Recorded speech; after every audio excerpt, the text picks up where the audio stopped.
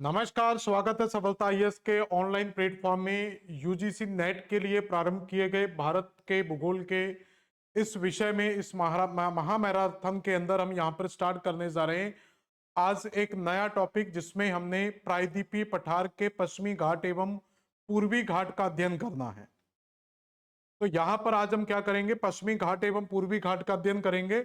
इससे पहले मैंने प्रायद्वीपीय पठार को स्टार्ट किया था, तो उसको एक बार समझ लेते हैं कि प्रायद्वीपीय पठार के अंदर हमने लास्ट टाइम क्या कंप्लीट किया था। तो हमारा टॉपिक चल रहा था यहाँ पर प्रायद्वीपीय पठार।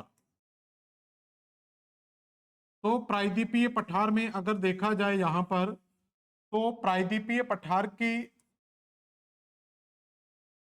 दो पार्ट में हमने कंप्लीट कराया था। इसके फर्स्ट पार्ट को कहा जाता है सेंट्रल हाईलैंड, केंद्रीय उच्च भूमि, जिसे हम ऑलरेडी कंप्लीट कर चुके थे।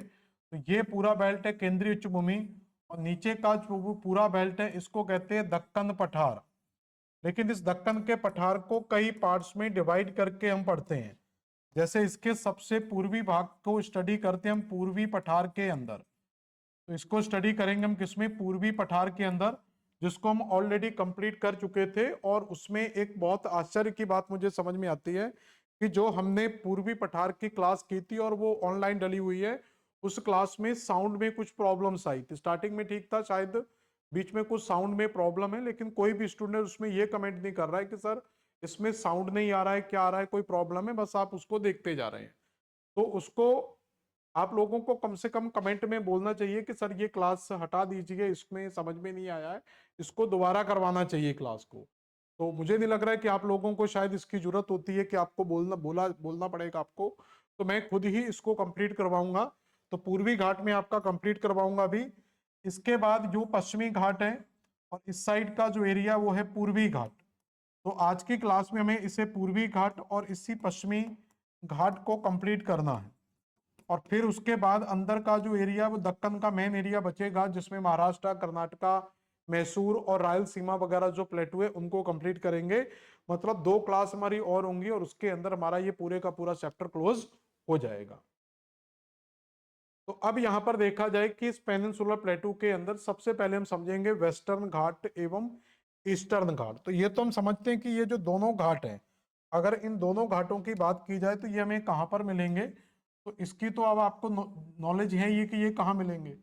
तो भारत का जो पश्चिमी तट है, तो भारत का जो पश्चिमी तट मिलेगा, इसी पश्चिमी तट के सहारे जो हमें घाट मिलेगा, इसी घाट को कहा जाता है पश्चिमी घाट। और उसी तरीके से सेम आपको इस साइड भी ये घाट मिलेगा, इस घाट को कहा जाता है पूर्वी घाट। तो इस तरीके से दो आपको लंबी संरचनाएं देखने को मिलेंगी। तो इस साइड की संरचना को कहा जाता है पश्चिमी घाट और इस साइड की संरचना को कहा जाता है पूर्वी घाट। तो यो हमारा प्रायद्वीपीय पठार, जो दक्कन का पठार हम पढ़ते हैं, तो जिस हम दक्कन के पठार की स्टडी करते हैं या पेनिनसुला की स्टडी करते हैं, तो इसी पेनिनसुला के ये घाट हैं दोनों तरफ। तो पेनिनसुला के दोनों तरफ के कगारों को, स्कार्पमेंट को ही क्या बोला जाता है, पश्चिमी घाट एवं पूर्वी घाट के नाम से जाना जाता है। अब ये कैसे बने, क्या इनके निर्माण की प्रक्रिया थी, क्या क्या मैटर इसके अंदर हमें देखने को मिलता है। अब आप कहेंगे सर ये तट से दूर क्यों है। तो तट से दूर होने का रीजन है कि यहाँ पर जो एरिया है ये, तो ये आपका घाट नहीं है। यहाँ पर याद रखना, घाट कभी भी तट के साथ जोड़कर नहीं बनाया जाएगा। इसको पश्चिमी तटीय मैदान बोलते हैं या पश्चिमी तट बोलते हैं। तो ये वेस्टर्न कोस्टल प्लेन है। और उसी प्रकार से यहाँ पर भी आपको एक नैरो सा पार्ट आपको दिख रहा है, ठीक है। तो ये आपका जो कौन सा है, पूर्वी तटीय मैदान।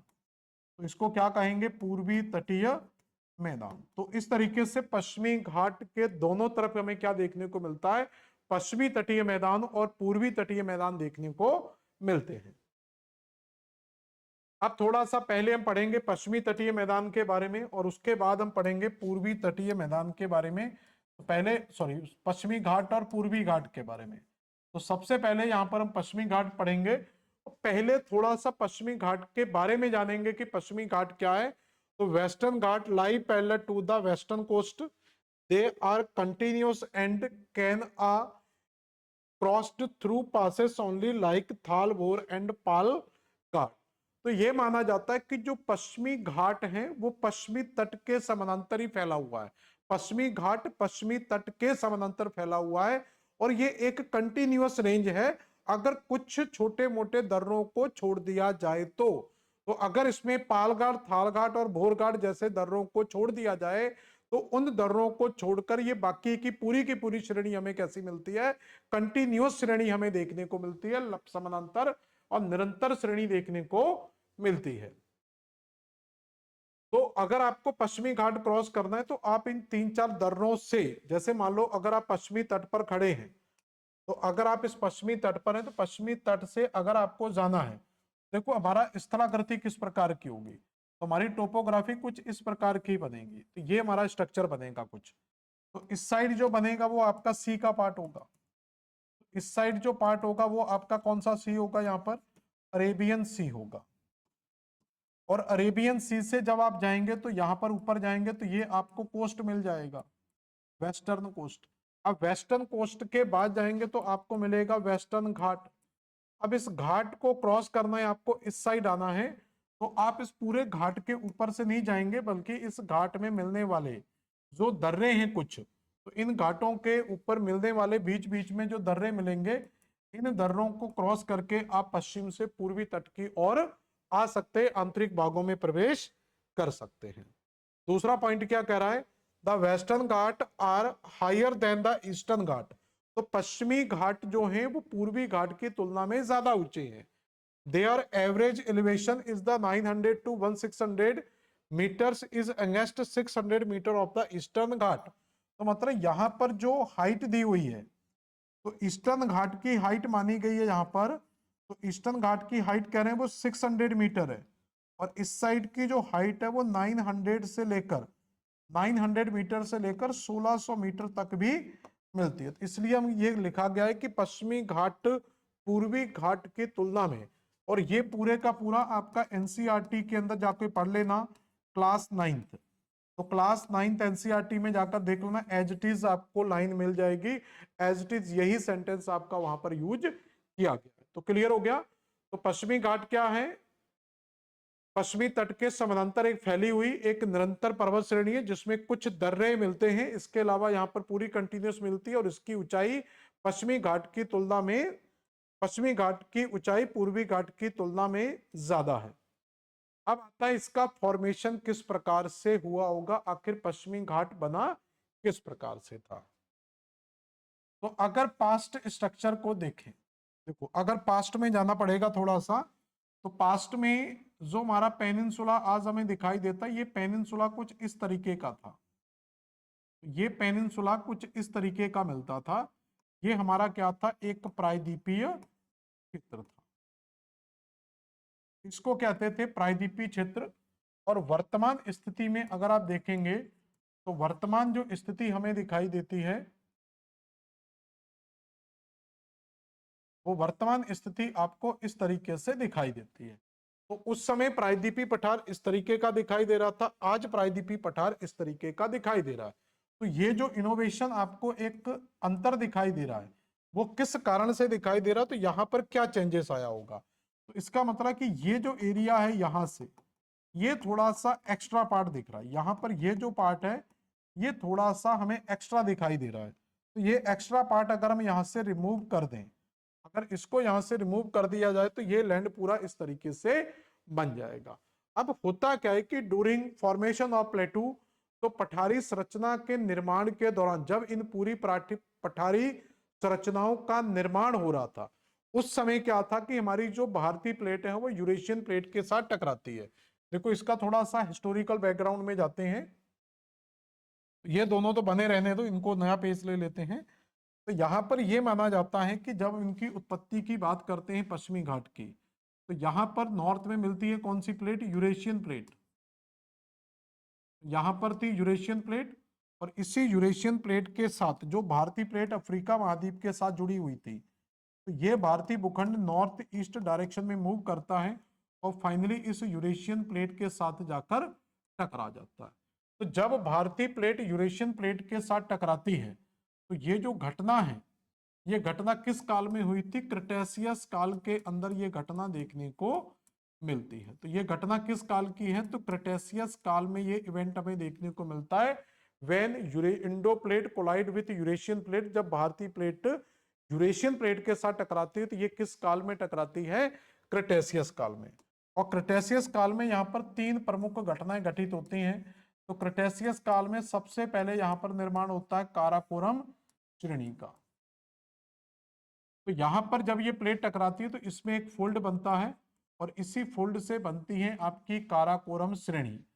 और दूसरा यहां पर जो होता है, इसी में एक दरार पड़ने के कारण, क्योंकि जब भारतीय प्लेट यूरेशियन प्लेट के साथ टकराएगी तो यूरेशियन प्लेट क्या है, कम घनत्व वाली थी, भारतीय प्लेट का घनत्व ज्यादा था। तो भारतीय प्लेट यूरेशियन प्लेट के नीचे सबडक्ट होने का प्रयास करेगी और उसी सबडक्शन में सबसे पहले क्या बनते हैं, यूरेशियन प्लेट में फोल्ड बनते हैं और फोल्ड से काराकोरम श्रेणी का निर्माण होता है। लेकिन ये जो सबडक्शन होगा, यहां पर जो सबडक्शन होगा कितना होगा? तो घनत्व में बहुत ज्यादा अंतर नहीं है कि भारतीय प्लेट का घनत्व बहुत ज्यादा हो, तो घनत्व में बहुत ज्यादा डिफरेंस यहां पर देखने को नहीं मिलता था।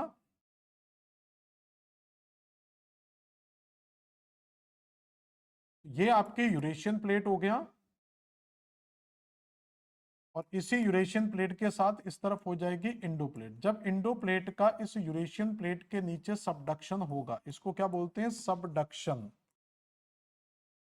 सबडक्शन यानी कि क्षेपण की प्रक्रिया। तो यहां पर क्या होता है? क्षेपण होता है, जहां पर बेनी ऑफ जोन का निर्माण होता है। ये सब हम विश्व के भूगोल में आगे जाके पढ़ेंगे। तो ये बेनी ऑफ जोन को ही क्या बोलते हैं? सबडक्शन क्षेत्र बोले जाता है। जब ये सबडक्शन यहां पर हुआ था, अब सबडक्शन होगा तो पहले तो ये इससे टकराएगी, तो टकराने के बाद जब सबडक्ट होना स्टार्ट हो जाएगी तो जिस स्पीड से ये टकरा रही थी, अब प्रेशर लगेगा। जब प्रेशर क्रिएट होता है, जैसे हम हाथों से कोई भी चीज को बहुत ओवर वेट को अगर हम उठाएं तो वो हाथों के साथ साथ दर्द हमारी पीछे बैक साइड में पूरे का पूरा चला जाएगा। तो उसी प्रकार जब भारतीय प्लेट यूरेशियन प्लेट के साथ टकरा रही थी, तो यहां पर क्या हो रहा था? पूरी की पूरी एक दरार क्रिएट हो रही थी। तो यहां पर पूरी की पूरी क्या हो रही थी? पश्चिमी तट के सहारे एक पूरी की पूरी दरार क्रिएट हो रही थी। तो इसी कारण यहां पर एक वीकर पॉइंट आता है और यहां पर आता है यहां पर ज्वालामुखी।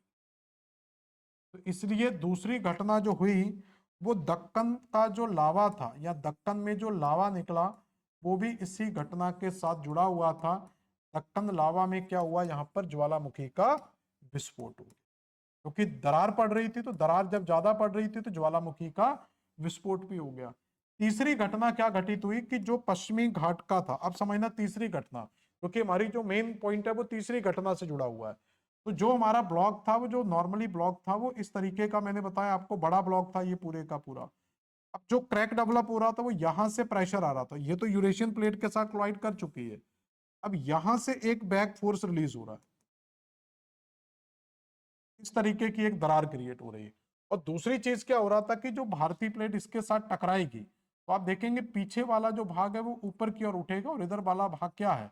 तो भारतीय प्लेट कुल मिला के क्या हो रहा था कि भारतीय प्लेट का जो शेप था वो इस तरीके से बनता जा रहा था।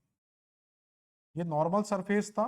तो नॉर्मल सरफेस से अगर देखेंगे तो भारतीय प्लेट जब सबडक्ट हो रही थी तो आगे से तो नीचे जा रही थी, लेकिन बैक साइड से क्या हो रही थी? ये ऊपर की ओर उठ रही थी। अब ऊपर की ओर उठने के कारण क्या हो रहा था कि नीचे का जो मैग्मा था वो इसके नीचे फ्लो करने लगेगा। तो भारतीय प्लेट के नीचे पूरे का पूरा क्या करता है? मैग्मा फ्लो करता है। मैग्मा इस डायरेक्शन में फ्लो कर रहा है। तो भारतीय प्लेट के नीचे जब ये उठेगी, अब इधर तो मैग्मा नहीं आ सकता क्योंकि नीचे का मेंटल का एरिया, तो मेंटल में मैग्मा इस तरीके से फ्लो करेगा और यहीं पर एक क्रैक डेवलप होता है। जब यहाँ पर क्रैक डेवलप होता है तो इसी से ज्वालामुखी का विस्फोट भी हो जाता है और ज्वालामुखी विस्फोट से यहीं पर इसको दक्कन लावा के नाम से जाना जाता है। अब समझ में आया दक्कन लावा कैसे बना? अब क्या हो रहा था कि जब ये पूरे का पूरा, मतलब ये पेनिनसुला ऊपर की ओर उठ रहा था, तो ये पूरे का पूरा पेनिनसुला जब इस तरीके से ऊपर की ओर उठता जा रहा था, जब ये पेनिनसुला, आप ये इस तरीके से मान के चलो कि ये पेनिनसुला था, जब ये इस तरीके से ऊपर की ओर उठ रहा था तो पूरा जो लैंड है वो इसके साथ बैलेंस नहीं कर पाया। तो इस साइड का जो लैंड था वो इसके साथ डिस्टरबेंस पैदा हो रहा था, क्योंकि वो पूरा बैलेंस ही नहीं कर पा रहा था। तो बैलेंस ना होने के कारण यहां पर दरार क्रिएट होती गई और जैसे जैसे ये ऊपर जाता गया और ये लैंड क्रैक होकर क्या हो गया? इससे टूट गया और टूटने के बाद ये लैंड नीचे की ओर गिर पड़ा, क्योंकि ये तो ऊपर उठा था। तो ये लैंड क्या हो गया, नीचे की ओर धस गया, या ये कह सकते हैं ये इससे टूटकर ऊपर की ओर चला गया और ये क्या हो गया, नीचे की ओर रह गया। अब इससे क्या हुआ, अब कहेंगे इससे क्या होगा। अब इससे क्या होगा, जैसे ही ये जो ये वाला ब्लॉक है, तो इस ब्लॉक में क्या होगा, यहां पर धसान की क्रिया हुई। ये ब्लॉक हमारा जो पहले इस तरीके से समझे कि पहले जो एक समतल भूमि थी पूरी की पूरी, ये इस तरीके की समतल भूमि थी। अब ये इस साइड आपका क्या था, अरब सागर था। तो इस साइड अरब सागर का पानी भरा हुआ था और ये पूरी की पूरी एक समतल भूमि थी। अरब सागर का पानी अभी नीचे है। लेकिन सेकंड स्टेप में क्या हुआ कि जो ये वाला स्टेप था, तो ये नीचे रह गया और ये ब्लॉक क्या हो गया, ऊपर की ओर उठा रह गया। तो जो स्ट्रक्चर था हमारा ये काफी ज्यादा ऊपर उठ गया, या ये कह सकते हैं ये वाला ब्लॉक क्या हो गया, नीचे चला गया। और जैसे ये ब्लॉक नीचे गया तो अरेबियन सी का पानी क्या होगा, इसके ऊपर आ जाएगा। तो इस तरीके से यहाँ पर क्या बन चुका है, अरेबियन सी का फॉर्मेशन हो चुका है। तो ये इस तरीके से, तो ये तो बन गया हमारा कौन सा, पश्चिमी घाट। अब इसमें आगे जाकर मैदान भी बताऊंगा कि पश्चिमी घाट से मैदान कैसे बनेगा। अभी यहाँ पर मैदान नहीं है, आगे जाकर मैदान के टॉपिक में मैदान पढ़ेंगे। तो ये पूरे का पूरा नीचे चला गया। तो ये जो लैंड है जो पानी के अंदर धसा हुआ है, इसी को अरब सागर का ब्लॉक कहा जाता, अरेबियन ब्लॉक कहा जाता है इसको। तो ये अरब सागर का ब्लॉक है। तो आज भी माना जा रहा है कि जो अरब सागर के नीचे अधिकांश भूमि है वो इसी अरब सागर के क्षेत्र की भूमि है। इसी कारण जो अरावली वाला क्षेत्र था, तो अरावली का काफी क्षेत्र भी क्या है, पानी के अंदर डूबा हुआ है। इसलिए कहते हैं अरावली की उत्पत्ति ही अरब सागर से मानी जाती। द्वारका वाला जो कॉन्सेप्ट है वो भी पूरे का पूरा पानी के अंदर डूबा हुआ है, जिसको कहते हैं द्वारका पूरी डूब चुकी थी। तो वो इसी प्रकार की कुछ घटनाओं के कारण हुआ था। तो इसका मतलब है कि इस तरीके से क्या हो गया, जब ये अरेबियन ब्लॉक यहां से टूटकर अलग हो गया, पहले तो ये ब्लॉक अलग हुआ और जैसे ही ब्लॉक अलग हुआ तो ये ऊंचा कगार खड़ा हो गया और इसी खड़े कगार को क्या कहा गया, पश्चिमी घाट का नाम दिया गया।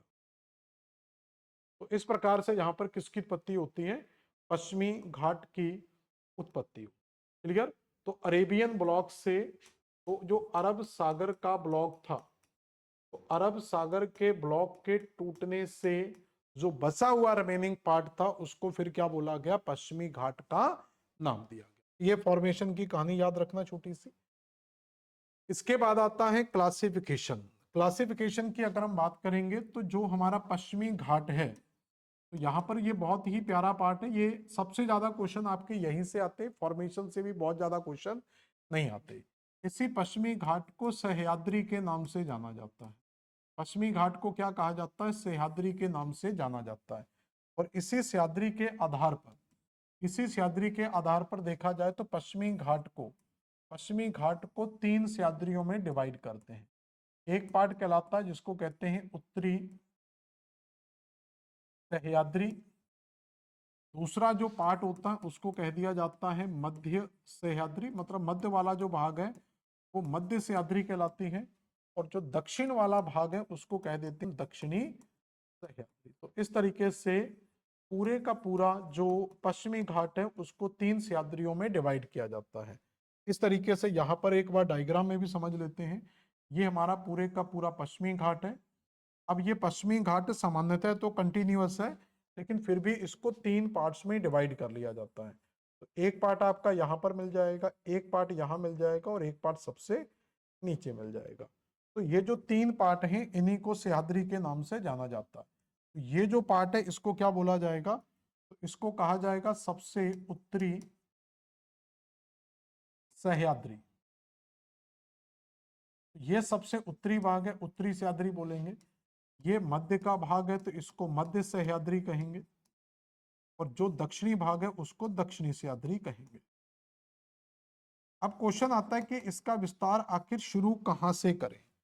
तो घाट, क्योंकि इसमें मैदान का क्षेत्र भी है, तो घाट कहां से डिवाइड करेंगे। तो यहां पर एक नदी प्रवाहित होती है जिसको कहा जाता है ताप्ती नदी। और ताप्ती नदी से लास्ट में जो पॉइंट मिलता है वो है कन्याकुमारी। तो हम कह सकते हैं कि ताप्ती नदी से लेकर, तो पश्चिमी घाट का जो पूरा विस्तार है इसका, वो ताप्ती नदी से स्टार्ट होता है। तो ताप्ती नदी से लेकर कहाँ तक फैला हुआ है, ये कन्याकुमारी तक फैला हुआ है। तो ताप्ती नदी से लेकर कन्याकुमारी तक के क्षेत्र को किस नाम से जाना जाता है, पश्चिमी घाट के नाम से जाना जाता है। फिर इनको विभाजित कैसे करेंगे, तो इसके बीच में यहाँ पर गोवा का एरिया मिल जाता है और यहाँ पर एक छोटी सी पहाड़ी मिल जाएगी जिसको आगे जाकर हम पढ़ेंगे, जिसको कहा जाता है नीलगिरी की पहाड़ी। तो ये डिवाइडेशन होता है। तो इसका मतलब जो उत्तरी सह्याद्री है ये कहाँ से कहाँ तक स्टार्ट होगी, तो ये ताप्ती नदी से स्टार्ट होगी। तो ताप्ती से गोवा तक का जो विस्तार है उसको उत्तरी सह्याद्री, और गोवा से अगर हम स्टार्ट करें तो गोवा से लेकर नीलगिरी की पहाड़ी तक जो विस्तार मिलेगा, नीलगिरी पहाड़ी तक जो विस्तार मिलेगा उसको मध्य सह्याद्री। और फिर अगर हम देखें तो नीलगिरी से लेकर, तो नीलगिरी पहाड़ी से लेकर आपका जो कन्याकुमारी तक विस्तार मिलेगा उसको किस नाम से जाना जाता है, दक्षिणी सह्याद्री के नाम से जाना जाता है। तो ताप्ती नदी से लेकर गोवा तक का जो विस्तार है वो उत्तरी सह्याद्री है, और गोवा से लेकर नीलगिरी तक का जो विस्तार है वो मध्य सह्याद्री है, और नीलगिरी से लेकर कन्याकुमारी तक का जो विस्तार है उसको हम दक्षिणी सह्याद्री के नाम से जानते हैं। अब यहां पर हमें क्या करना है, अब इसमें स्टेट कौन से कवर होंगे, तो यहां पर हम जानते हैं कि जो स्टेट आएगा वो मुख्यतः महाराष्ट्र स्टेट आएगा। गोवा का कुछ पार्ट कवर होगा, इसमें कुछ गोवा भी कवर होगा, लेकिन मुख्यतः पार्ट आपका कर्नाटक राज्य का आएगा। और इसमें भी कुछ नीलगिरी मतलब कर्नाटक का पार्ट आएगा, लेकिन मुख्यतः पार्ट आपका केरल राज्य का आएगा। तो कुछ राज्यों को आप जोड़कर पढ़ सकते हैं, लेकिन मुख्य विस्तार आपको इन्हीं राज्यों में याद रखना है। अब यहां पर क्या होता है कि इनकी तुलना पश्चिमी तट के साथ जोड़कर की जाती है। तो इसी पश्चिमी घाट के पहला यहां पर आपको क्या मिलते हैं, पश्चिमी तट मिलते हैं। तो यहां पर भी पश्चिमी तट मिलेगा। तो ऐसे ही आपको यहां पर क्या मिलते हैं, पश्चिमी तट मिलता है। इस वाले पश्चिमी तट को कहा जाता है कोंकण तट। तो इस तट को किस नाम से जाना जाता है, कोंकण तट के नाम से।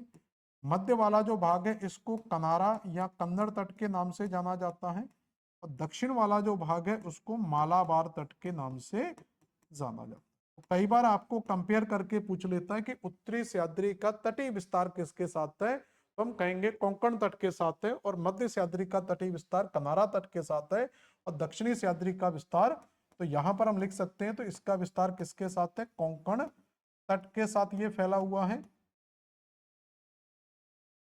मध्य जो सह्याद्री का विस्तार है ये कनारा तट के साथ फैला हुआ है, या इसको कई बार कन्नड़ तट भी बोला जाता है। तो कनारा या कन्नड़ तट के साथ फैला हुआ है, और ये जो है ये केरल का तट है जिसको मालाबार तट के नाम से जाना जाता है। तो ये मालाबार तट के सारे फैला हुआ है। तो पहले तो आपको सिंपल क्लासिफिकेशन याद रखना है कि हम किस तरीके से इस पूरे घाट को क्लासिफाई कर सकते हैं। तो तीन भागों में हम इसको डिवाइड कर सकते हैं, उत्तरी सह्याद्री, मध्य सह्याद्री और दक्षिणी सह्याद्री। क्लियर हो गया यहाँ तक डिवीजन। अब एक एक करके हमें सारी सह्याद्री के बारे में पढ़ना होता है।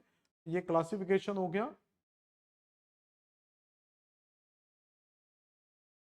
तो अब इसमें सबसे पहले जो हम पढ़ते हैं वो पढ़ेंगे उत्तरी सह्याद्री। तो इसमें सबसे पहले जो पढ़ी जाएगी वो किसके बारे में स्टडी करेंगे, तो यहाँ पर उत्तरी सह्याद्री के बारे में पढ़ा जाएगा। अब उत्तरी सह्याद्री की अगर हम बात करेंगे तो उत्तरी सह्याद्री में दो तीन पॉइंट तो पहले आपको याद हो गए हैं। तो उत्तरी सह्याद्री का पहले विस्तार बता देंगे। तो ये ताप्ती नदी से स्टार्ट होगा। ताप्ती नदी से लेकर कहाँ तक फैला हुआ है, गोवा के तट तक फैला हुआ है, और इसके तटीय मैदान को कोंकण तट के नाम से जाना जाता है। ये तो हम समझ गए उत्तरी सह्याद्री। और इसमें जो स्टेट कंपलसरी आती है वो आपकी महाराष्ट्र स्टेट का पार्ट आता है। ठीक है। अब इसके अंदर आपको क्या है, कुछ फैक्चुअल चीजें याद रखनी होती हैं। जैसे इसके अंदर आपको कुछ पहाड़ियों के नाम याद रखने होते हैं कि इस उत्तरी सह्याद्री में पश्चिमी घाट की कौन कौन सी पहाड़ियां आती हैं। तो अगर पहाड़ियों के नाम पहले लिख लेते हैं, फिर मैं मैप से दिखा दूंगा। तो इसमें सतमाला अजंता की पहाड़ियां मिलती हैं। तो सतमाला अजंता की पहाड़ी, इसमें आपको बालाघाट और हरिश्चंद्र की पहाड़ियां मिलती, या दो हैं, अलग अलग भी लिख सकते हो इन चारों को। तो बालाघाट, हरिश्चंद्र और अजंता सतमाला के नाम से फेमस है। तो ये चार पहाड़ी हैं जिनको आप दो बार में भी पढ़ सकते हो। इसके अलावा यहाँ पर कुछ आपको चोटियां मिलती हैं। तो कुछ चोटियों की अगर हम बात करेंगे तो यहाँ पर कुछ पीक्स मिलते हैं, ट्रायंगल बना सकते हैं ऐसे करके कुछ पीक मिलेंगे। तो तीन पीक यहाँ पर आपको मिलती हैं। तो तीन पीक कौन कौन सी हैं, तो यहाँ पर मिलती है आपको पहली पीक जिसको कहते हैं सालहेर, दूसरी मिलती है कलसू बाई,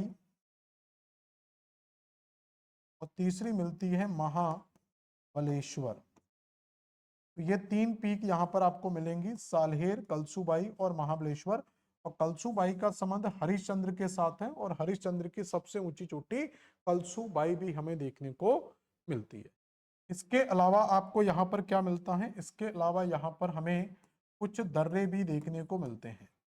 तो कुछ दर्रे हमें देखने को मिलते हैं जिसमें 2 दर्रे आपको सामान्यतः याद रखने हैं। एक है आपका थाल घाट, तो उत्तरी सह्याद्री के अंदर एक मिलेगा थाल घाट और दूसरा मिलेगा भोर घाट। ठीक है, वैसे मैंने बहुत सारे दर्रे यहाँ पर अलग से आपको दिए हुए हैं। तो जैसे थाल घाट दिया हुआ है, भोर घाट है, अंबा घाट है, नैना घाट है, अंबोली घाट है, पलकपम घाट है। तो ये सारे घाट आपको बाद में करवाएंगे, लेकिन जो मेन मेन है उसको कसारा घाट भी बोला जाता है। तो थाल घाट और भोर घाट, तो ये बम्बई को नासिक और बम्बई को पुणे से कनेक्ट करता है। तो थाल घाट किसको कनेक्ट करता है, ये मुंबई टू नासिक को कनेक्ट करेगा, तो मुंबई से नासिक को कनेक्ट करेगा। और ये आपका मुंबई से मुंबई टू पुणे कनेक्ट करेगा। तो ये कुछ फैक्चुअल चीजें याद रखनी है कि थालघाट मुंबई से नासिक को कनेक्ट करता है और ये मुंबई से पुणे को कनेक्ट करता है। ये तो हो गई हमारी इसकी फैक्चुअल चीजें। पश्चिमी घाट का विस्तार कहाँ तक है, पश्चिमी घाट में कौन सी पहाड़ियां, पश्चिमी घाट के अंदर कौन कौन सी चोटियां मिलती हैं, और पश्चिमी घाट के अंदर आपको कौन कौन से दर्रे मिलते हैं। इसमें अगर हम देखें तो इसी के अंदर एक दो पॉइंट और ऐड कर सकते हैं। इसी पश्चिमी घाट से कुछ नदियों का उद्गम भी मिलता है। तो इसमें कुछ नदियों का उद्गम क्षेत्र भी मिलता है। तो कौन कौन सी नदियां उद्गमित होती हैं उत्तरी सह्याद्री से, तो उनके नाम लिख सकते हैं। जैसे पहली नदी देखा जाए तो गोदावरी नदी का उद्गम इसी क्षेत्र से मिलता है, और कृष्णा नदी का उद्गम भी इसी उत्तरी सह्याद्री से मिलता है। गोदावरी जो नदी है ये नासिक के पास से निकलती है, उत्तरी सह्याद्री में नासिक मिलेगा, और इसका जो उद्गम है ये महाबलेश्वर से होता है। इस तरीके से आप 2 नदियों के नाम भी यहाँ पर बता सकते हैं। अब मैं इसका आपको एक मैप बनाकर दे रहा हूं, उस मैप से आप इसको पूरा स्टडी कर सकते हैं।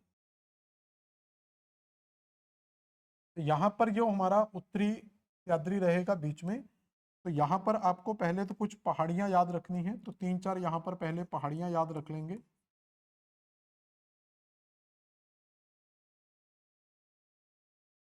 तो ये जो पहाड़ियां यहाँ पर मिलती हैं, इन्हीं पहाड़ियों को, तो यहाँ पर जो 4 पहाड़ियां मिलती हैं इन्हीं को सतमाला, ये पूरी की पूरी रेंज याद रखना। तो इन दोनों रेंज को कहा जाता है सतमाला अजंता। आप एटलस में देखेंगे दोनों मिल जाएंगे। तो सतमाला अजंता की पहाड़ी मिलेंगी, और ये जो दोनों रेंज हैं ये आपकी बालाघाट और हरिश्चंद्र की पहाड़ियां मिलेंगी। तो आप इनको एटलस में देखना, आपको अलग अलग करके लिखी हुई मिल जाएंगी, लेकिन मिलेंगी इसी तरीके से, बालाघाट और हरिश्चंद्र की पहाड़ियां। इसी के अंदर मैंने बोला कि यहाँ पर 2 दर्रे आपको देखने को मिलेंगे। तो इसी पश्चिमी घाट के अंदर 2 दर्रे आपको देखने को मिलेंगे। तो इन दोनों दर्रों के नाम क्या हैं, एक दर्रे का नाम क्या है, थाल घाट, और इसमें इस दर्रे को क्या कहते हैं, भोर घाट। अब ये कनेक्ट किसको करता है ये हम ऑलरेडी जानते हैं, थाल घाट किसको कनेक्ट करता है और भोर घाट किसको कनेक्ट करता है। इसके अलावा यहाँ पर देखा जाए तो कुछ पीक्स भी आपको यहाँ देखने को मिलेंगी। तो इसी पश्चिमी घाट के अंदर 3 पीक्स आपको मिल जाती हैं। तो महाराष्ट्र के बिल्कुल दक्षिण में जाएंगे तो यहाँ पर भी आपको पीक मिलेगी। इन पीक्स की बात करें तो यहाँ पर सबसे पहली पीक कौन सी है, वही क्रम याद रखना जो मैंने अभी लिखा है, सालेर, फिर उसके बाद कलसूबाई, कलसूबाई के सबसे नीचे जो मिलेगी उसको क्या बोलेंगे, महाबलेश्वर। ये एटलस के अंदर सब आपको मिलेगा, थोड़ा सा आप एटलस में मेहनत करो, आपको एक एक चीज यहाँ पर मिल जाएगी। तो पहाड़ियां मिल गई, चोटियां मिल गई, दर्रे मिल गए। अब नदियों की बात कर लेते हैं। तो नदियां तो यहीं से आप बना सकते हैं, कुछ अलग कलर में बना देते हैं। यहीं से नासिक के पास में, यहाँ पर मान लो नासिक है, तो नासिक के पास से एक नदी निकल कर जाएगी जिसको कहा जाता है गोदावरी। और सबसे नीचे जो महाबलेश्वर की पहाड़ी है, इसी महाबलेश्वर से निकलकर जाती है कौन सी नदी, कृष्णा नदी। तो इस तरीके से ये होता है हमारा कौन सा, उत्तरी सह्याद्री का कॉन्सेप्ट, कि उत्तरी सह्याद्री हमें कैसे पढ़नी है। इसी उत्तरी सह्याद्री के बाद जो पार्ट आएगा उसको कहा जाता है मध्य सह्याद्री। तो उत्तरी सह्याद्री के बाद जो सेकंड सेक्शन आएगा उसको हम क्या बोलेंगे, मध्य सह्याद्री।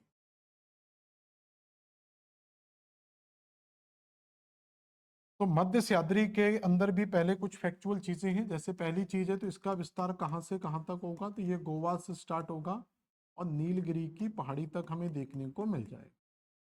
दूसरा जो पॉइंट हमें याद रखना है कि इसका विस्तार कर्नाटक राज्य के अंदर होगा,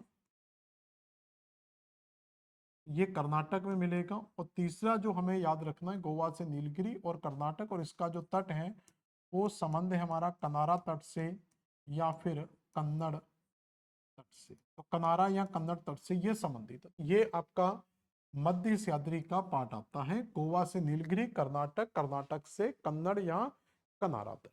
अब इसके अंदर हमें क्या मिलता है, अब इसके अंदर याद रखना कि यहाँ की जो भू आकृति या इसकी टोपोग्राफी की बात करें, जो स्थलाकृति मिलती है, यहाँ की स्थलाकृति को दो नाम से जाना जाता है। तो ये पूरे का पूरा मध्य सह्याद्री कहाँ पर आएगा, कर्नाटक स्टेट में आएगा। तो कर्नाटक स्टेट की स्थलाकृति को, इसमें कर्नाटक आता है इसलिए यहाँ पर एक पठार भी मिलता है, उसको कर्नाटक का पठार भी बोलेंगे। आगे जाकर ये मैं पढ़ाऊंगा दोबारा से, कर्नाटक का पठार पढ़ेंगे। स्थलाकृति में दो प्रकार की स्थलाकृति मिलती है, एक मिलती है मलनाद और एक मिलती है मैदान। मलनाद क्या है, तो मलनाद जो स्थलाकृति है, जो पश्चिम के ऊंचे भूभाग हैं, पश्चिम के जो ऊंचे भूखंड हैं या भूभाग हैं उनको मलनाद कहा जाता है। और पूरब के जो नीचे भूभाग हैं, ठीक है, ऊंचे भूभाग और नीचे भूभाग को क्या कहा जाता है, मैदान कहा जाता है।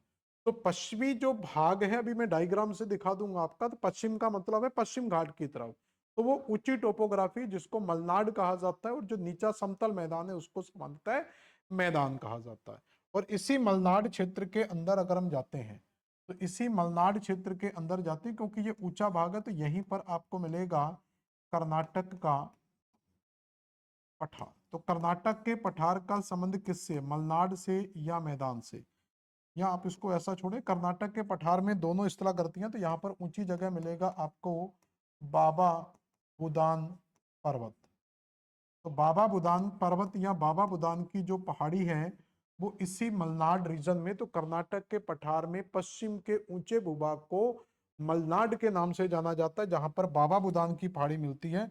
और इसी बाबा बुदान के अंदर आपको एक पीक मिलती है जिसको कहते हैं कुद्रे मुख। तो बाबा बुदान की सबसे ऊंची चोटी या सबसे प्रमुख चोटी जो मिलती है वो कौन सी है, कुद्रे मुख। और एक और मिलती है मलयागिरी, एक मलयांगिरी, मलयांगिरी भी बोल देते हैं, मलयागिरी भी बोल देते हैं। तो इसमें दो पीक मिलती है, मलयागिरी और मलयांगिरी। तो नॉर्मली जो माना जाता है जो सबसे ऊंची है, हालांकि ये फेमस नहीं है ज्यादा, तो सबसे ऊंची तो मलयांगिरी है, लेकिन जो फेमस ज्यादा है वो कुद्रेमुख है। और इसी कुद्रेमुख से एक नदी निकलकर आती है जिसको कहते हैं शरावती नदी। तो अभी केवल नदी का नाम याद रखेंगे, तो कर्नाटक के कुद्रेमुख में कौन सी नदी मिलती है, हमें शरावती नदी मिलती है। और इसी शरावती नदी के ऊपर एक वाटरफॉल बना हुआ है जिसको कहा जाता है जोग या गरसोप्पा वाटरफॉल, जोग या गरसोप्पा वाटरफॉल यानी कि जल प्रपात। समझ में आया यहां तक। तो ये स्ट्रक्चर मिलेगा हमें किसके अंदर, मध्य सह्याद्री के अंदर, यानी कि कर्नाटक के पठार के अंदर। अब इसके बाद इसमें अगर हम किसी नदी की बात कर लें, तो यहां पर भी हम अगर कोई नदी लिखना चाह रहे हैं कि इसमें किन किन नदियों का संबंध होगा इस पठार से, तो यहाँ से ज्यादा, क्योंकि गोदा कृष्णावरी हम लिख चुके हैं, तो यहाँ पर आप कावेरी नदी का आंसर लिख सकते हैं। ठीक है, कावेरी के अलावा यहाँ पर पलार वगैरह नदियां हैं, पेन्नार वगैरह की नदियां हैं, तो इन नदियों के एग्जाम्पल आप लिख सकते हैं। ये कर्नाटक के पठार में मिलने वाली कुछ नदियां हैं। इसी में एक कॉन्सेप्ट और पढ़ लेना, पहले मैं डायग्राम बना देता हूँ, जितना स्पेस बचेगा उसमें मैं कुछ फैक्चुअल चीजें और लिख दूंगा। ठीक है, जो स्पेस बचेगा उसमें अपन कुछ फैक्चुअल चीजों को कंप्लीट कर लेंगे। तो हमें यहाँ पर जो पढ़ना है, तो यहाँ पर हमें गोवा मिल जाएगा, और गोवा के नीचे यहाँ पर पहाड़ी मिल जाएगी कौन सी, नीलगिरी। तो गोवा से नीलगिरी तक के क्षेत्र को क्या कहते हैं, कर्नाटक का पठार। और कर्नाटक के पठार का जो पश्चिमी भाग है ये ऊंचा है, तो इसी ऊंचे पठार के अंदर बोलते हैं मलनाड, और यहीं पर मिलेगा हमें बाबा बुदान। यहीं पर बाबा बुदान की पहाड़ी मिलेगी, और इसी बाबा बुदान की चोटियां दो याद रखना है, तो दो चोटियां इसकी याद रखेंगे। एक का नाम था मलयांगिरी या मलयागिरी भी बोल देते हैं,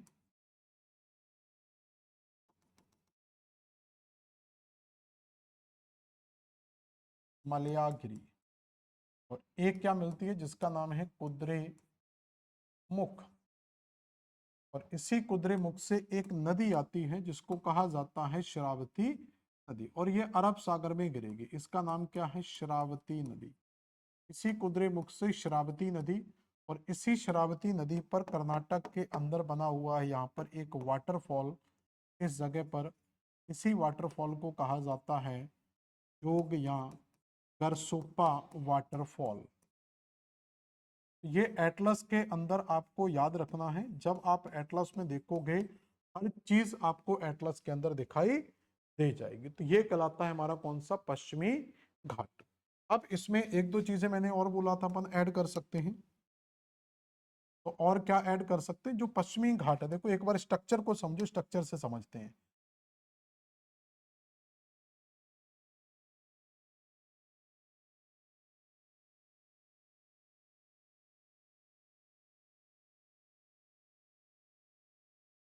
तो ये हमारा कहलाएगा पश्चिमी घाट। तो पश्चिमी घाट में जो ऊंची भूमि आपको दिखाई दे रही है, इस ऊंची भूमि को बोलेंगे मलनाड, और इस समतल वाले क्षेत्र को बोलेंगे मैदान। तो ये पश्चिम में जा रहा है, तो पश्चिमी घाट से इधर जाओगे तो पश्चिम में ऊंचा क्षेत्र है मलनाड, और इधर है नीचा क्षेत्र मैदान। इसी में बाबा बुदान कुंद्रे मुख मिलेंगे।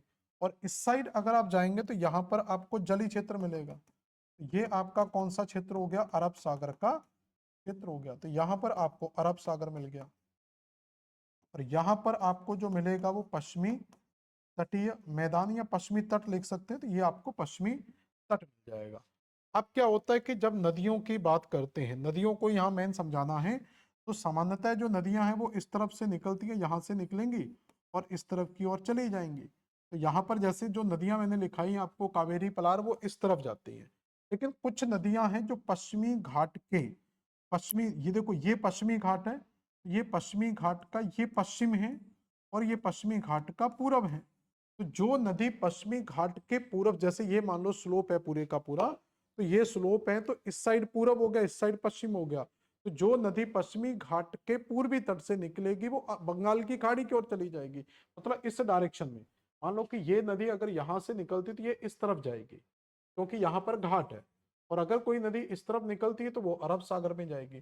तो कुछ नदियां तो कृष्णा, कावेरी, गोदावरी वगैरह इस तरफ जाती हैं। कुछ नदियां कर्नाटक की यहाँ पर हैं, वो इस डायरेक्शन में बहती हैं। तो यहाँ पर पश्चिमी घाट के पश्चिमी तट से निकलती हैं, और इनका मुहाना कहाँ पर होता है, अरब सागर के अंदर होता है। तो अब यही नदियां हमें समझनी है। तो ये नदियां आपकी कौन सी है, पूरब की ओर बहने वाली। ये नदियां पूरब की ओर बहती हैं, तो इसमें हमें पूरब की ओर बहने वाली नदियां भी मिलती हैं, और कुछ नदियां हमें मिलती हैं जो पश्चिम की ओर बहती हैं। तो पश्चिम की ओर बहने वाली ये नदियों का ही पार्ट है, इसी में ऐड कर लेना। तो पश्चिम की ओर बहने वाली नदियों में कुछ नाम मैं आपको लिखा रहा हूं। जैसे पहला नाम याद रखना, काली, काली नदी। दूसरा गंगा वैली, तो काली, गंगा वैली। तीसरा नाम आपका आ जाएगा श्रावती, जो अभी हम लिस्ट को लिख रहे हैं, ये वाली श्रावती नदी जो कहाँ से निकलती है, ये श्रावती नदी जो इसी कुंद्रेमुख के पास से निकलती है। काली गंगा, काली, गंगा वैली, श्रावती। और चौथा लिखना नेत्रावती, काली, गंगा वैली, बैडती, एक मिलेगी बैडती, बैडती, श्रावती, और पांचवी लिख लेना नेत्रावती, अलग से लिख लेना इसको, नेत्रावती, बैडती। तो इस तरीके से आपको ये पश्चिमी घाट में कर्नाटक से कुछ नदियां मिलेंगी जो अरब सागर में भी गिरती हैं। तो ये कहानी होती है हमारी मध्य सह्याद्री की, जिसमें आपको ये चीजें देखने को मिलेंगी। अब लास्ट आता है जो हमारा, वो है दक्षिणी सह्याद्री। तो लास्ट स्ट्रक्चर जो हम पढ़ेंगे वो कौन सा पढ़ेंगे? दक्षिणी सह्याद्री। लास्ट हेडिंग डालेंगे यहां पर दक्षिणी सह्याद्री। ये काफी ज्यादा इंपॉर्टेंट है। दक्षिणी सह्याद्री, तो पूरी दक्षिणी सह्याद्री का जो विस्तार है, दक्षिणी सह्याद्री का विस्तार है वो नीलगिरी की पहाड़ी से स्टार्ट होता है। तो नीलगिरी की पहाड़ी से लेकर कहां तक फैला हुआ था? ये कन्याकुमारी तक फैला हुआ है। मोस्टली जो इसमें राज्य आते हैं वो आपका केरल का राज्य आता है, लेकिन केरल के अलावा यहाँ पर तमिलनाडु राज्य और कर्नाटक राज्य की सीमा भी टच करती है। ठीक है, मेनली तमिलनाडु तो याद रखना। इसके अलावा इसके तटीय क्षेत्र को मालाबार तट के नाम से जाना जाता है। इसका तट क्या कहलाता है? मालाबार तट कहलाता है। तो ये कुछ बेसिक चीजें हैं किसके बारे में? दक्षिणी सह्याद्री के बारे में। अब इस दक्षिणी सह्याद्री के अंदर हमें बहुत सारी पहाड़ियां मिलती हैं। ठीक है, तो इसको मैं एक सिनॉप्सिस बनाऊंगा, उसके अंदर पूरे का पूरा बताता हूं कि इसके अंदर हमें कौन कौन सी पहाड़ियां मिलती हैं। इसके अंदर आपको क्या मिलेंगी? कुछ पहाड़ियां मिलेंगी, जैसे उन पहाड़ियों के नाम लिख लें हम यहाँ पर, तो फिर मैं इनको एक एक करके डिटेल से समझाऊंगा। तो यहाँ पर नीलगिरी, अन्नामलाई और कार्डमम, ये तीन पहाड़ियां मुख्यतः मिलती, नीलगिरी, अन्नामलाई और कार्डमम। इसमें कुछ आपको चोटियां भी मिलेंगी, तो कुछ चोटियां भी यहाँ पर याद रखेंगे। जैसे चोटियों में नाम हम कुछ लिख सकते हैं, जैसे दोदा बेटा, माकुर्ती, दोदा बेटा, माकुर्ती, अन्नामलाई,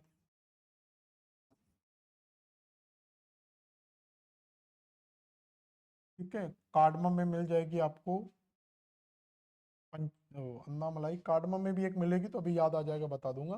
तो इस तरीके से केरल के तट में आपको कुछ पहाड़ियां भी याद रखना है, कुछ यहाँ पर चोटियां भी याद रखना है, यहाँ पर कुछ आपको दर्रे भी याद रखने हैं, यहाँ पर कुछ दर्रे भी आपको मिलेंगे। जैसे दर्रों के अंदर देखें, कम से कम दो दर्रे तो हम याद रख सकते हैं। तो यहाँ पर आपको पालघाट दर्रा भी मिलेगा, यहाँ पर आपको शैनकोट्टम दर्रा भी मिलेगा, शैनकोट्टम दर्रा।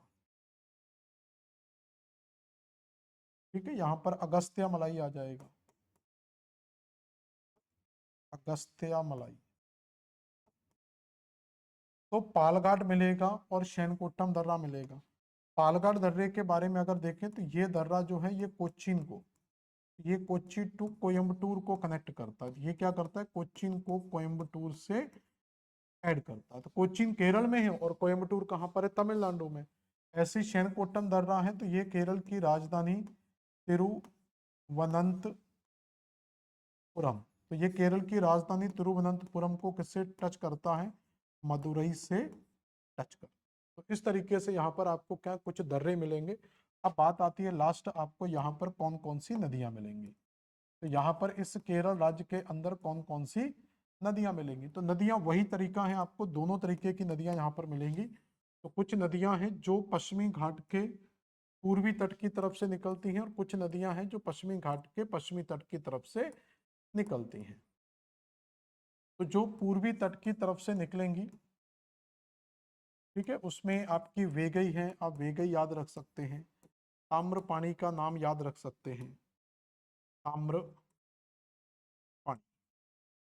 ठीक है, इसमें हमने शायद कावेरी वगैरह लिखा था, तो कावेरी को छोड़ देना, ये नदियां लिखा रहने दो, बाकी दिक्कत नहीं है यहाँ पर। ठीक है, केरल से निकलती हैं, तमिलनाडु में नॉर्मली मिलती हैं कावेरी नदी, तो इनको हटा देना यहाँ से, ये कंफ्यूजन करेंगे आपको। तो ये वाली नदियां हटा देना, केवल ये नदियां याद रख लेना। ठीक है, तो यहाँ पर हम डाल सकते हैं, इसमें वेगई, ताम्रपाणी, कावेरी यहाँ पर लिख सकते हो, यहाँ ज्यादा बेस्ट होगा। पलार, पेन्नार, क्योंकि ये नदियों का संबंध ज्यादातर केरल राज्य से है। पश्चिमी तट के अंदर देखेंगे तो पश्चिमी तट के अंदर जो मिलेगी वो मिलेगी पेरियार नदी, ये काफी ज्यादा इंपोर्टेंट है। पांबा नदी,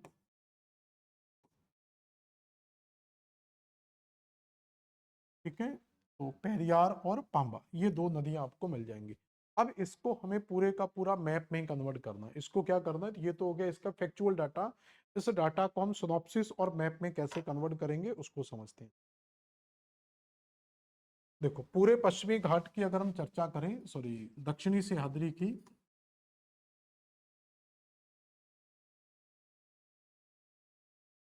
दक्षिणी सह्याद्री के अंदर याद रखना जो भी हम मैटर पढ़ते हैं उनको कई बार दक्षिणी पहाड़ियां भी बोला जाता है। तो दक्षिणी सह्याद्री के अंदर जो हम पढ़ते हैं उनको दक्षिणी पहाड़ी भी बोला जाता है या दक्षिण की पहाड़ियां भी बोला जाता है। तो ये कई बार आपसे पूछ ले दक्षिणी पहाड़ियां, तो सेम आंसर आएगा। इसमें पहली जो पहाड़ी मिल रही थी वो हमें मिलेगी नीलगिरी। नीलगिरी के बाद जो दूसरी पहाड़ी मिलेगी वो है अन्ना मलाई। नीलगिरी, अन्ना मलाई, और तीसरी जो पहाड़ी मिलेगी हमें वो मिलेगी आपको कार्डमम की पहाड़ी। कार्डमम का हिंदी मतलब इलायची होता है, तो इसलिए इसको इलायची की पहाड़ी भी बोल सकते हैं। तो नीलगिरी, अन्नामलाई और कार्डमम। अब यहाँ पर याद रखना कि जो नीलगिरी और अन्नामलाई की पहाड़ी है, इन दोनों पहाड़ियों के बीच में ही मिलता है आपको पालघाट दर्रा। तो पालघाट जो दर्रा है वो नीलगिरी और अन्नामलाई की पहाड़ी के बीच में है। क्लियर हो गया? तो नीलगिरी अन्नामलाई की पहाड़ी के बीच में क्या है, पालघाट दर्रा। और उसी तरीके से अन्नामलाई और कार्डमम में जाएंगे तो इसके बीच में मिलता है शैनकोट्टम दर्रा। तो शैनकोट्टम दर्रा किसके बीच में है, अन्नामलाई और कार्डमम की पहाड़ी के बीच में। और नीलगिरी और अन्नामलाई के बीच में क्या स्थित है, पालघाट दर्रा स्थित है। इसके बाद देखें जरा, अगर हम कार्डमम पहाड़ी की बात करेंगे तो इसकी सबसे ऊंची चोटी, तो कार्डमम की सबसे ऊंची चोटी का नाम क्या था, इसका नाम हमने लिखा था अगस्त्या मलाई। तो अगस्त्या मलाई इसकी क्या है, सबसे ऊंची चोटी हमें मिलती है। और कार्डमम में याद रखना ये सबसे दक्षिणी पहाड़ी मानी जाती है। अगर लिखना भी चाहो तो ये सबसे दक्षिणी पहाड़ी है, सबसे दक्षिण की पहाड़ी या सबसे दक्षिणी पहाड़ी माना जाता है। अन्नामलाई की बात करें तो अन्नामलाई में जो पीक मिलती है, अन्नामलाई के अंदर जो पीक मिलेगी उस पीक को किस नाम से जाना जाता है, उस पीक को कहा जाता है अन्नाई मुदी। तो अन्नामलाई की पहाड़ियों पर जो पीक मिलती है उसको कहते हैं अन्नाई मुदी। अभी देखो मैंने यहाँ पर आपको सब अलग अलग लिखा है, तो यहाँ पर सब अलग अलग लिखा हुआ, दोदा बेटा, माकुर्ती, अन्नामलाई, अगस्त्या मलाई।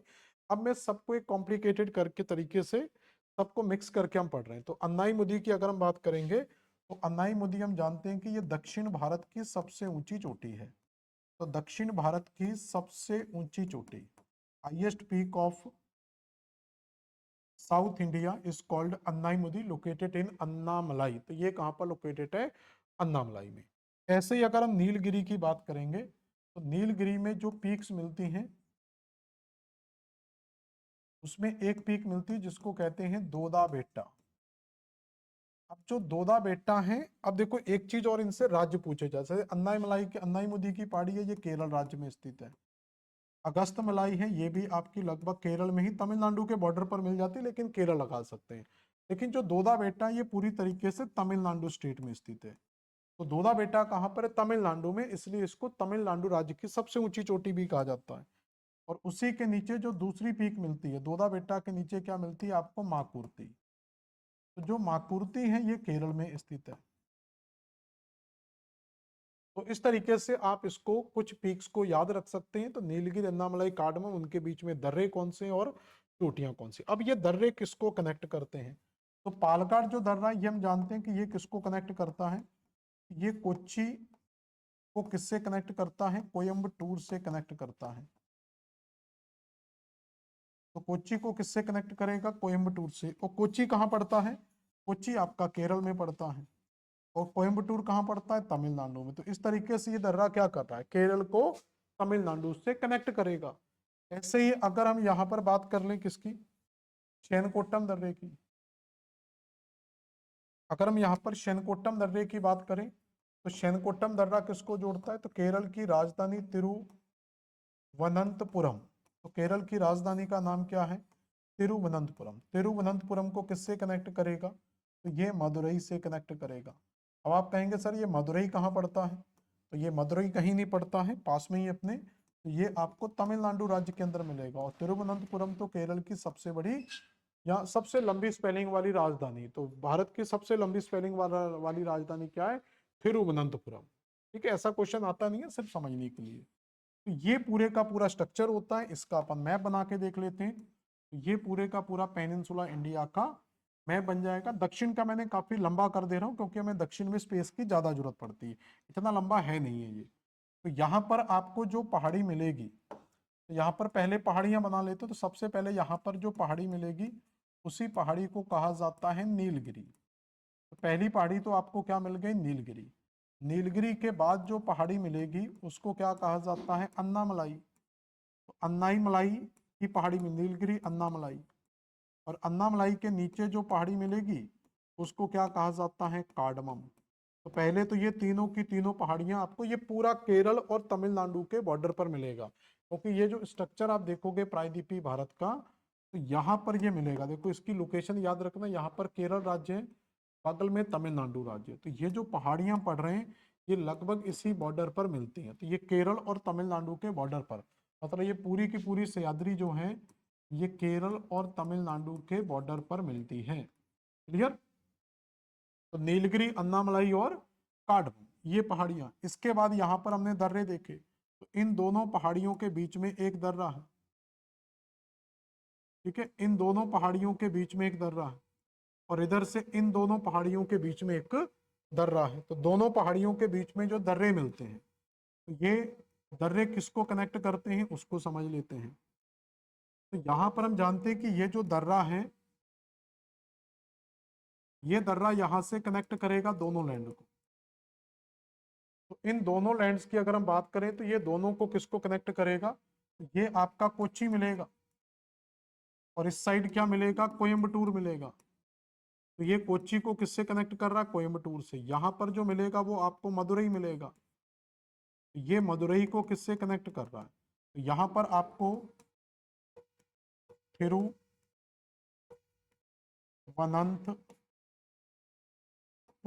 ये केरल की राजधानी मिल जाएगी, तिरुवनंतपुरम। इसके बाद यहाँ पर पीक्स की बात कर लेते हैं। तो कौन कौन सी पीक मिलती है? तो नीलगिरी पर 2 पीक्स मिलती है।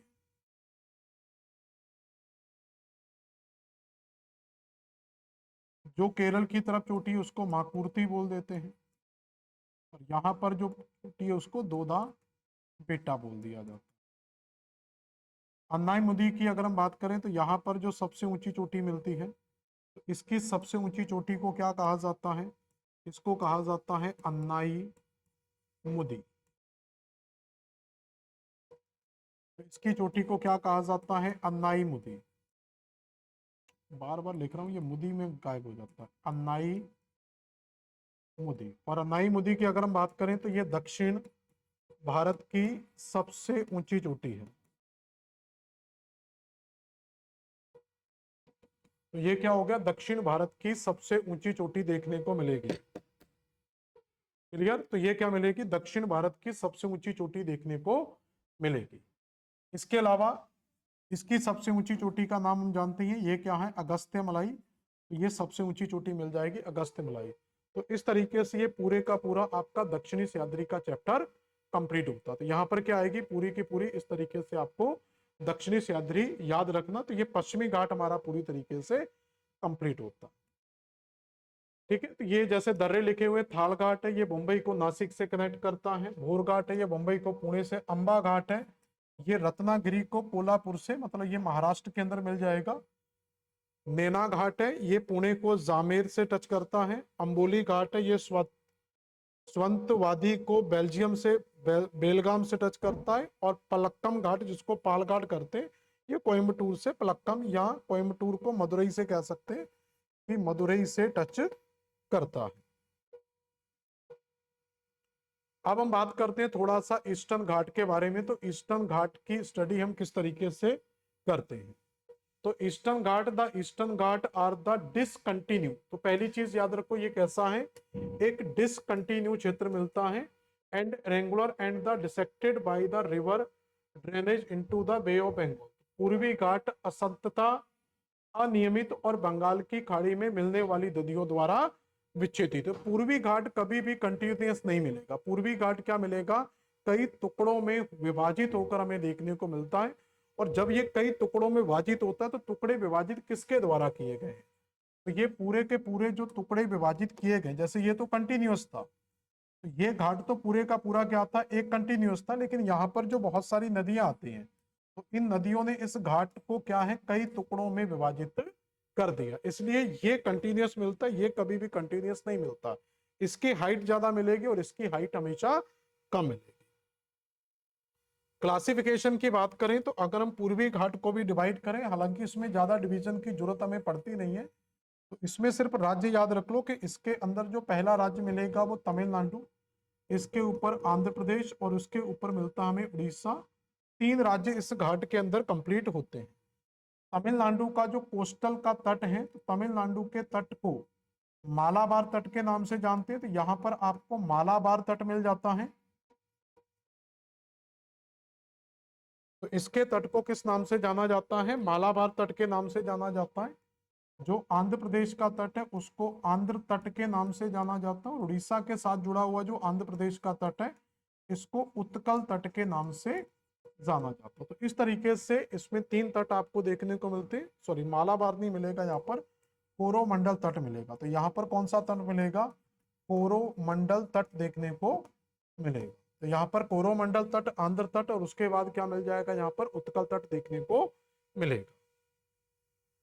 ये कुछ चोटियां हैं, इनको सिर्फ आप नाम याद रख लेना, तो कल की क्लास में ये मैं रिपीट करा दूंगा। तो तमिलनाडु के अंदर विरुशनाड, सिरुमलाई, पालनी, पंचामलाई, शैवरोय, शेषाचलम, ऊटकमंड और ऊटी, ये सब तमिलनाडु राज्य के अंदर मिलेंगे, मतलब कोरोमंडल तट के पास में मिलेंगे। आंध्र प्रदेश में नागरी, पालकोंडा, वेलकोंडा, नल्लामलाई, कोंडा कार्ला और पापी, ये सारी चोटियां आपको आंध्र प्रदेश में मिलती हैं। महेंद्रगिरी, नयागढ़, टिकरापारा, गरजात, सिमलीपारा और सिसपारा, ये सब आपको उड़ीसा राज्य के अंदर मिलती है। तो सबसे ऊंची जो चोटी मिलती है वो आपको कौन सी मिलती है, महेंद्रगिरी की मिलती है। तो ये था आपका पश्चिमी घाट और पूर्वी घाट। तो आज कल की क्लास के अंदर हम क्या करेंगे, तो ये थोड़ा सा शोर का डिस्टरबेंस हो रहा है, तो कल की क्लास में मैं आपको पूर्वी घाट को एक बार शुरू से कंटिन्यू दोबारा से करवा दूंगा, और उसके साथ हमारा पश्चिमी घाट और पूर्वी घाट दोनों कंप्लीट हो जाएंगे। पश्चिमी घाट को हमने पूरी डिटेल के साथ कंप्लीट कर लिया है, थोड़ा सा हम यहाँ पर पूर्वी घाट को भी कंप्लीट कर लेंगे, दोबारा से एक बार रिवीजन करा दूंगा, कंप्लीट हो जाएगा। और कल दक्कन का पठार पढ़ेंगे और उसमें आपका पूरा पेनिनसुला का कॉन्सेप्ट भी कंप्लीट हो जाएगा। मिलते हैं नेक्स्ट क्लास में, धन्यवाद।